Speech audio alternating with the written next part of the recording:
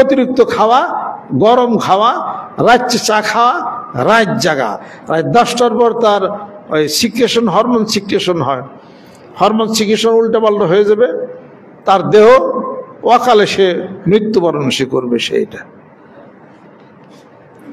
আর যে সকালবেলা ওযু করলো, ওযু করার পর একটু পানি যদি খাইলো, পুরা দেহের সিস্টেমটা তার ঠিক হয়ে যাবে।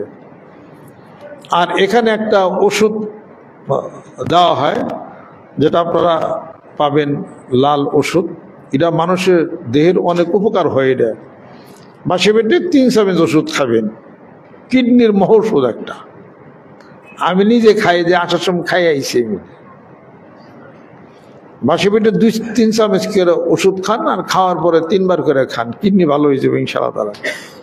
আমি তো অনেক রিট দিছি, আল্লাহ পাক ভালো করছে। আর যে সতর্ক হন তাহলে কিডনি নষ্ট হইব না ইনশাআল্লাহ তাআলা। এটার মধ্যে এমন একটা জিনিস আছে। এটা